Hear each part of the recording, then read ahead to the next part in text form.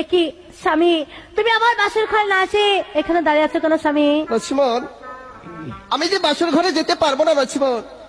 একই বলছো স্বামী, আমার বাসর ঘরে যদি না আসবে তাহলে বলো স্বামী, কেন তুমি আমাকে বিয়ে করেছিলে স্বামী? লক্ষ্মণ, বাসর ঘরে যাওয়া যে আমার নিষেধ আছে লক্ষ্মণ।